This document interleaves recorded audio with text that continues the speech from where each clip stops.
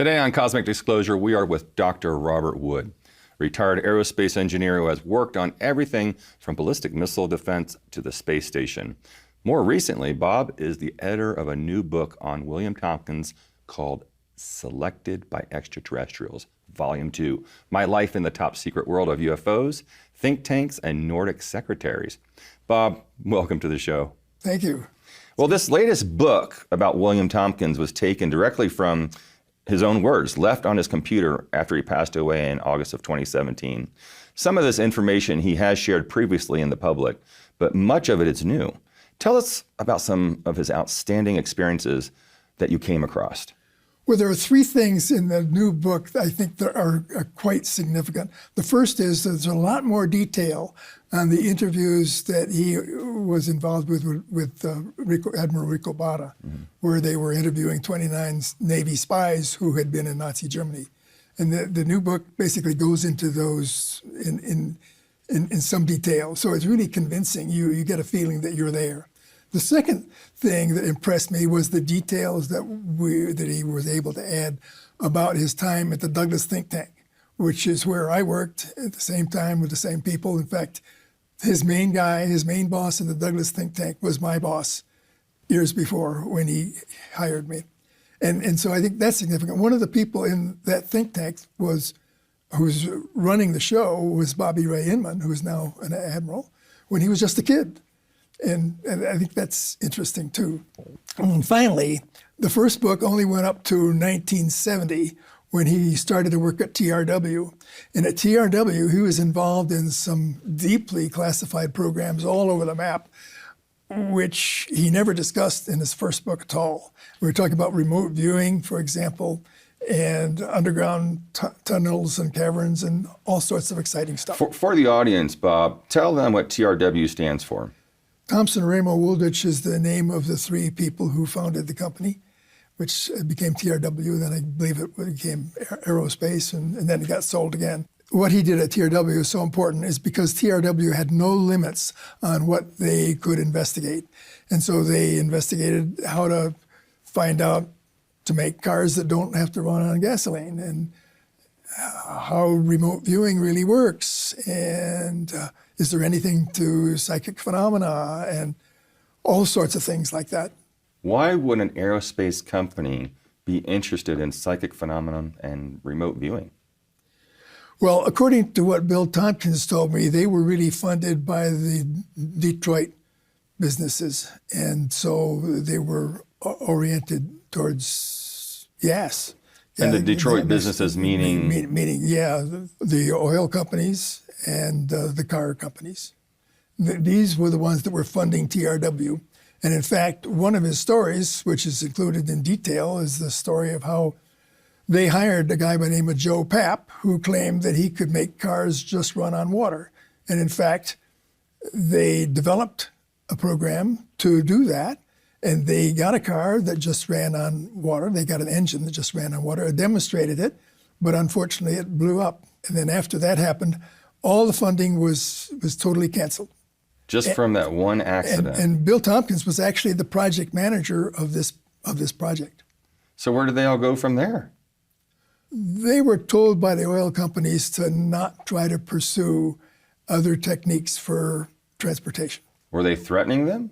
He never discussed the processes that they used, but it was pretty clear that's what happened. So Bob, why were they interested in remote viewing?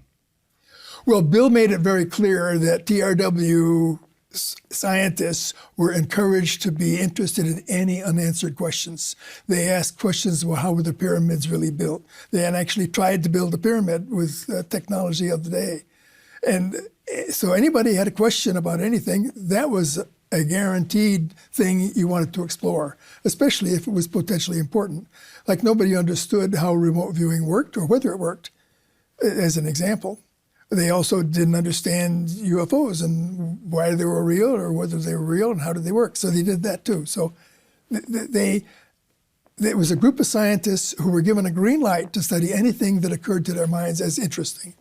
Well, tell me about the book title. You know, it's called Selected by Extraterrestrials. Yes. Why did he come up with that? Why did you come up with that? Well, it turns out that There were really a couple of reasons that's why he picked that title. The first was when he was looking for a title for his first book, he was talking to a girl that he knew casually, I think one of his editors. They were talking about what the title of the book. And she said, well, in the first place, girls read more books than guys. And so you ought to pick something that has some sort of appeal, that's relationships. And the other reason he picked the title is because he personally believed that he was, in fact, selected by a Nordic group during the Battle of L.A. in 1942, when he was illuminated by a bright light and selected as their man to represent their goals for the near future. We have some interviews done with William Tompkins. This one is a brief clip about Bill's early involvement in secret programs. Let's have a look. So I went to work then at Douglas, and I'm a draftsman for 2 weeks. And my chief, section chief, started through my background. And of course, it says all of this stuff that I had done in the Navy. So he puts me in this think tank. And there's where we get to the first think tank, okay? It's inside of Douglas in a walled-off area. And there's 200 guys in it. And we investigate every aspect of extraterrestrial, military, commercial, whatever. And I was assigned to design for the Navy about 16, 18 different classes of U.S. Navy battle group ships, which didn't exist. And these were, the larger ones were from 1 kilometer to 6 kilometer. These ships fly in space.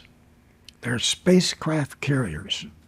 I designed U.S. Navy spacecraft carriers, which finally got built back in the late 70s up in Utah underneath the ground. And you've seen the pictures of U.S. Navy spaceships, Solar Warden. So Solar Warden came out of a think tank inside of engineering at Douglas. And a whole lot of other stuff came out. So Bob, tell us more about what Bill shares from these think tank sessions of U.S. Navy spaceships from his book. Well, I think the clip that we just saw is particularly important because the 2 drawings that were shown there were in his own handwriting with his own initials in it. And I have a copy of the original that shows that. So I think that was very significant. He claimed that the first satellite that we ever put up was actually a Navy submarine. Where, submarines are sealed, so you don't have to do anything special. They had taken out the nuclear engine and put in an anti-gravity engine, and it took off from Newport News and went to orbit. Now, I'd never seen that in writing anywhere else, and I don't think I've heard him say it on the interviews that I've seen. So that would be new information that came from my conversation with him. Right, anti-gravitic propulsion units. Right. Understood. Right. Wow. Well, the Germans had a very developed space program, like beyond anything we seem to have, at that time. And according to William Tompkins, how did they just become so advanced so fast? The reputations that the Germans had for having high-quality UFOs actually is a little complicated, because what happened to begin with was that Maria Orsic had a relationship that resulted in her receiving psychically the designs and drawings. And so there were a group of people in Germany who wanted to build these craft on those drawings and leave the planet. In the mid-30s, Bill tells me that the reptilians who had underground bases in Antarctica made a deal with the Germans who were exploring Antarctica at that time to help conquer the world. And they had also the same kind of craft, anti-gravity craft. So the Germans were working two programs at the same time. They were working one that was related to the drawings that they had received help from the reptilians, and they were also working on Maria Orsich's development. And the Nazis, SS, let them do those things at the same time because there was some synergism there. And tell the audience about Maria Orsich. Well, Maria Orsich is one of a half a dozen girls who, in the early 20s, I think, had wanted to leave the Earth. And she was sufficiently psychic that she was able to communicate with the race that was on a planet around the star Aldebaran. And the story is that they gave her the drawings psychically, and she was able to work with a university professor in Germany to take those drawings and create a craft. And so the first anti-gravity craft really took off sometime in maybe 1922. Let's have a look at this video with Maria Orsich and UFOs. Okay. So we had a young girl, Nordic, just outside of Germany. Some people talked to her, and they said, you are now involved in a new program, and you're going to have great support in this program. She had developed, I think she had 8 girls. They were continually talked to telepathically to go and design spaceships. The little blonde actually built them. Eventually, 2 of those got over here in Area 51. But Germany found out about the blonde, took her over, stopped everything, and then got to this point where there was some sort of pressurized program by the SS to control that original group. Now, several times they did work together, but Hitler allowed them to operate independently of the whole SS program, the whole development. So we had 2 developments going on in Germany. The girls didn't want their vehicles to be used for anything else but travel. They were afraid that somebody would get a hold of it and they use it for military, which is, of course, what they got. But the girls finally ended up in Antarctica in the large facilities. In fact, the reptilians had 3 massive caverns. They let Germany use 2 small ones. But when you're talking about small, it's like as big as California. And so there's cities in both the extraterrestrial caverns and manufacturing everything that you would need on a planet. So then Hitler's group did the same thing. 4 years before the war was over, it was decided that the war could possibly be lost, but if we win it, we still need to get out of the area because the Allies are going to bomb us off of the Earth and there won't be anything here left for us. So they decided to move everything to Antarctica. Admiral Byrd, they're going to down there and they were going to take out the whole thing in 1 week. The top people in every area of the Navy, best aircraft, best ships, best weapons, everything. And 5 weeks later, things didn't look very good. When we got down there, they had decided they were going to have one thrust from the west side of Antarctica and then the opposite side coming into both of them towards the center of the continent. And so before we even got all the guys around, and I'm talking about big 4-engine flying boats, okay, and ships, battleships and destroyers and submarines and you name it. Before they got there, these fairly large, they were 100-foot diameter saucers came up out of the ocean and took down everything.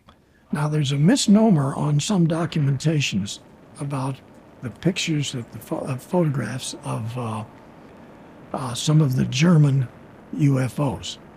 Many of the close-ups give you a real clear picture of the cross on them.